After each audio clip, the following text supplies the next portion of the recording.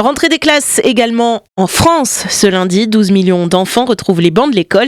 Ils ne sont pas les seuls à faire leur rentrée puisque 850 000 professeurs retrouvent aussi leur salle de classe. Et justement, cette année encore, la question des effectifs a marqué la fin de l'été. Depuis Paris, nous sommes avec Léa Boutin-Rivière. Bonjour Léa.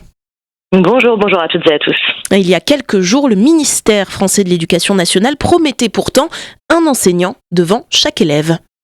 Une promesse qui revient comme une ritournelle chaque année, mais pour cette rentrée encore, l'Éducation nationale a eu du mal à recruter. En fin de semaine dernière, il manquait encore 3000 professeurs.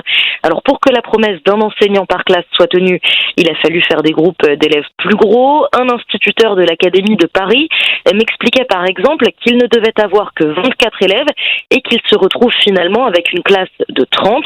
Autre solution, le recrutement de contractuels, c'est-à-dire des professeurs qui ne sont pas fonctionnaires et qui n'ont pas fait les études en principe nécessaires. Cela représente environ 5% de tout le corps enseignant. Alors vous vous en souvenez peut-être, l'an dernier, ces difficultés, elles avaient complètement empoisonné la rentrée du gouvernement.